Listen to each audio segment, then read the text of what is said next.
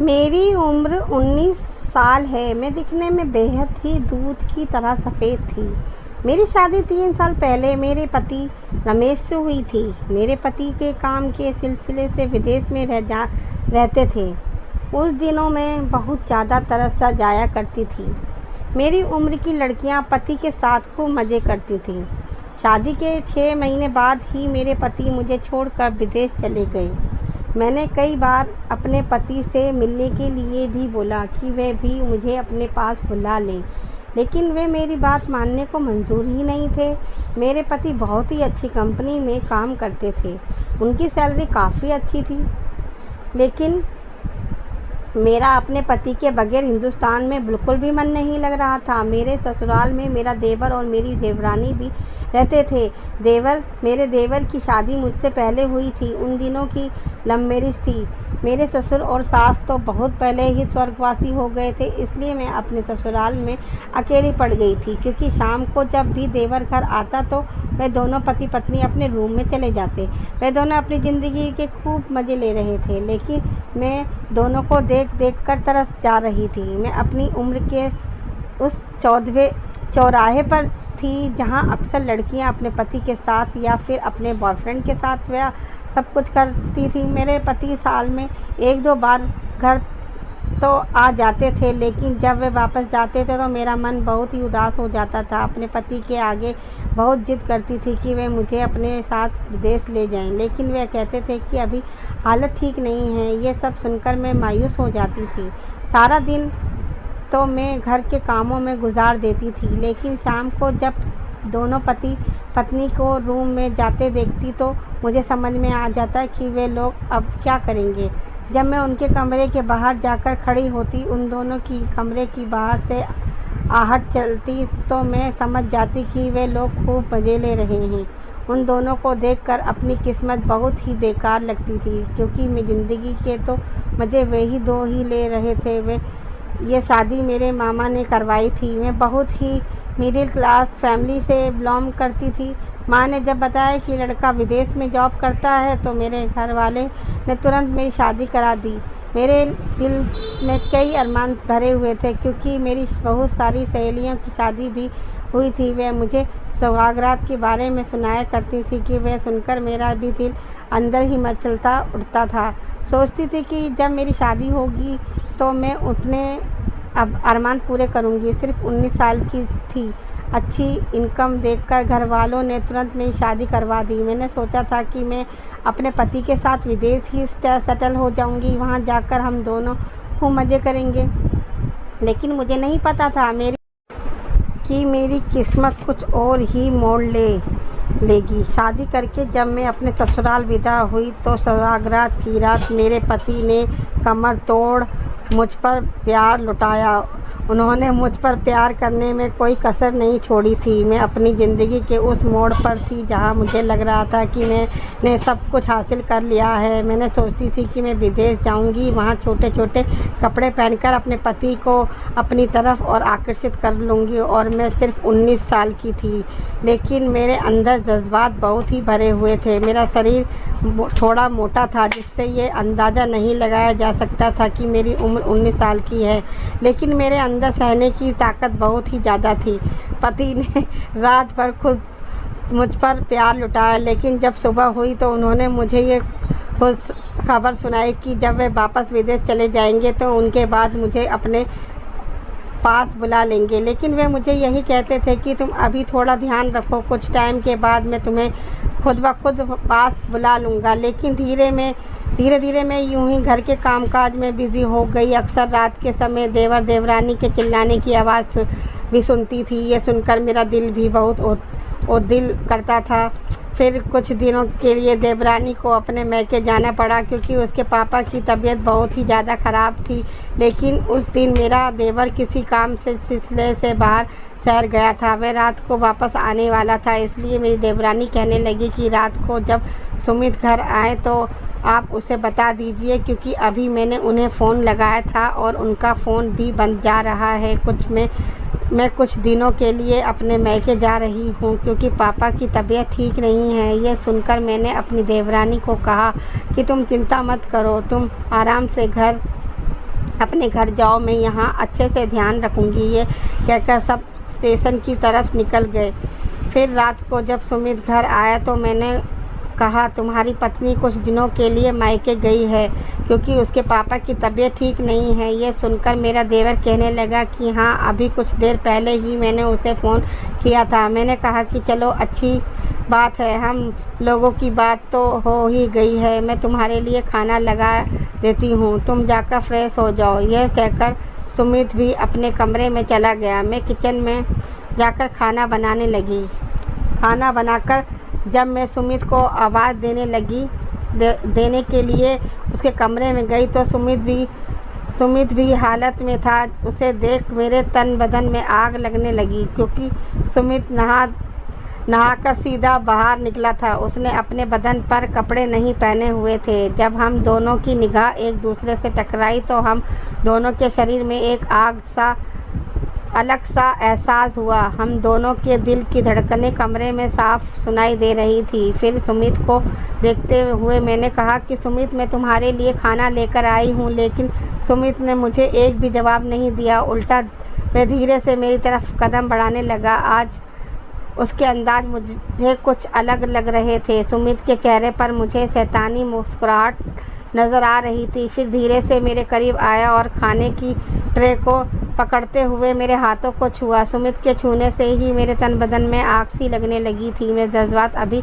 थोड़े बढ़ने लगे थे। मैंने उन पर काबू किया और फ़ौरन भागकर किचन में आ गई। किचन में आकर मैं बर्तन धोने लगी कि तभी बर्तन धोते धोते ही पीछे से अचानक सुमित आकर खड़ा हो गया और मैं अचानक से पीछे से मुड़ी तो मैं उससे टकरा गई। मुझे देखकर सुमित कहने लगा, भाभी जान, थोड़ा संभल कर काम किया करो। सुमित ने मेरी कमर पर हाथ रखा था। आज इतने टाइम के बाद किसी ने मुझे छुआ था। सुमित के छूने से ही मैं ढीली पड़ने लगी। आज सुमित मुझे कुछ अलग लग रहा था। फिर कहने लगा, भाभी जान, कितना काम करोगी, थोड़ा समय अपने लिए भी निकाल लिया करो। मैंने भी कहा कि हाँ सुमित, मैं अपने लिए टाइम तो निकाल लूँ, लेकिन मुझे कोई टाइम देने वाला ही नहीं। फिर सुमित कहने लगा, कैसे बातें कर रही हो भाभी, मैं हूँ ना, भाई नहीं है तो क्या हुआ, मैं आपका ख्याल रखूँगा, आप कभी मुझे मौका तो दो।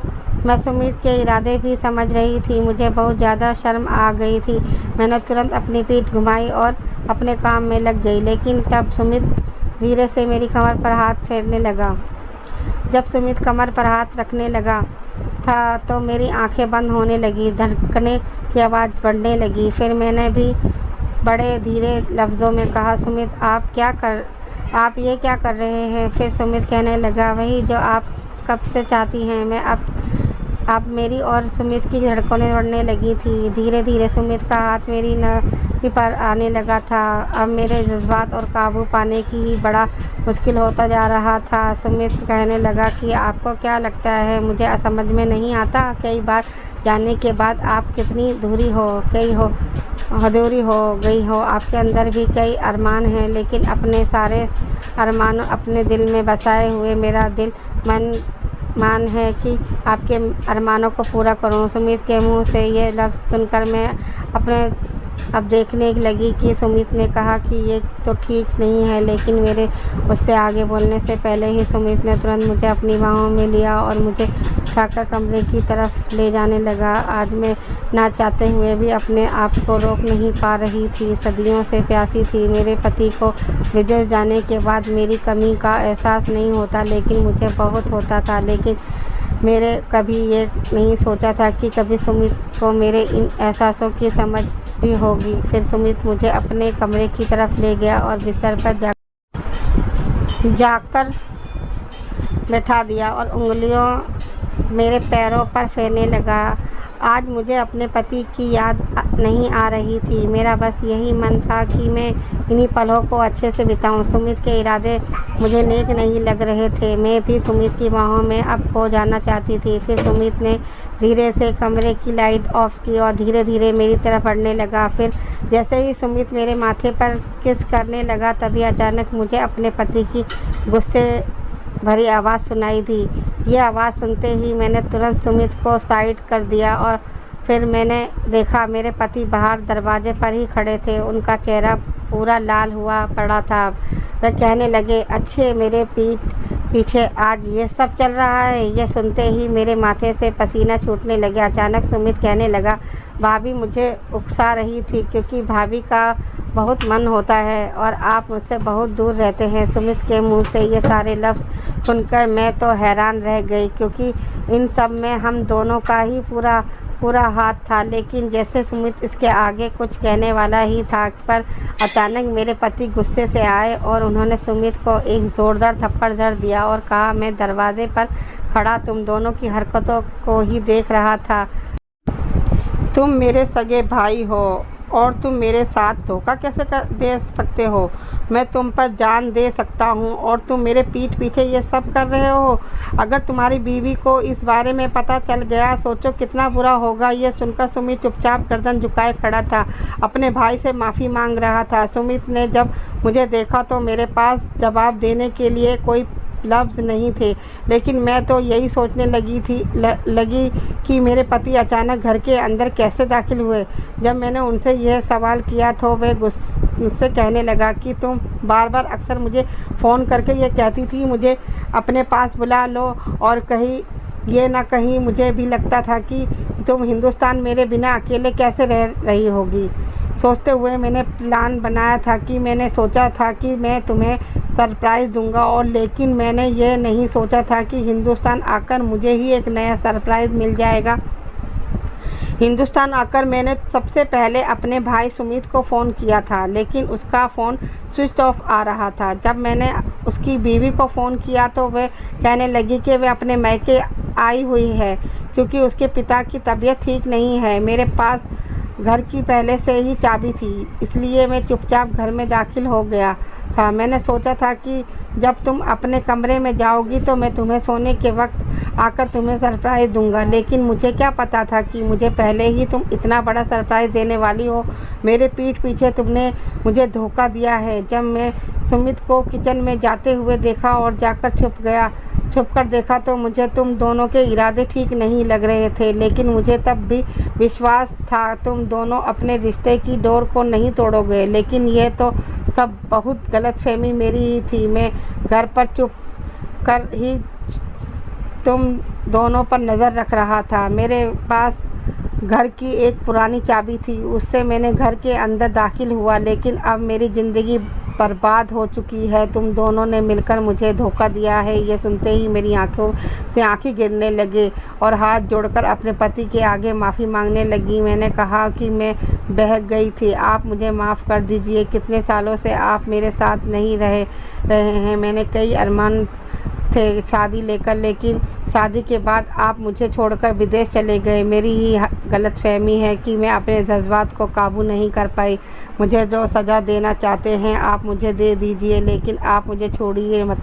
मैंने तुरंत अपने पति के जाकर पैर पकड़ लिए और खूब ज़ोरों से रोने लगी। मेरे पति को मुझ पर बेपनाह प्यार था। उन्हें भी लगा कि कहीं ना कहीं उनकी भी गलती है। उन्होंने मुझ पर ही वक्त माफ़ कर दिया, और लेकिन मुझे मेरे पति ने मेरे देवर को माफ़ नहीं किया। मेरे पति ने कहा, मैं नहीं चाहता कि तुम्हारी शादीशुदा ज़िंदगी पर कोई असर आए, इसी वजह से तुम्हारी पत्नी को इस बारे में कुछ नहीं बताऊंगा, लेकिन तुम्हें इस घर से अब चले जाना चाहिए। दोस्तों, आपको हमारी कहानी अच्छी लगी हो तो कहानी को लाइक करना, सब्सक्राइब करना और कमेंट करना। धन्यवाद।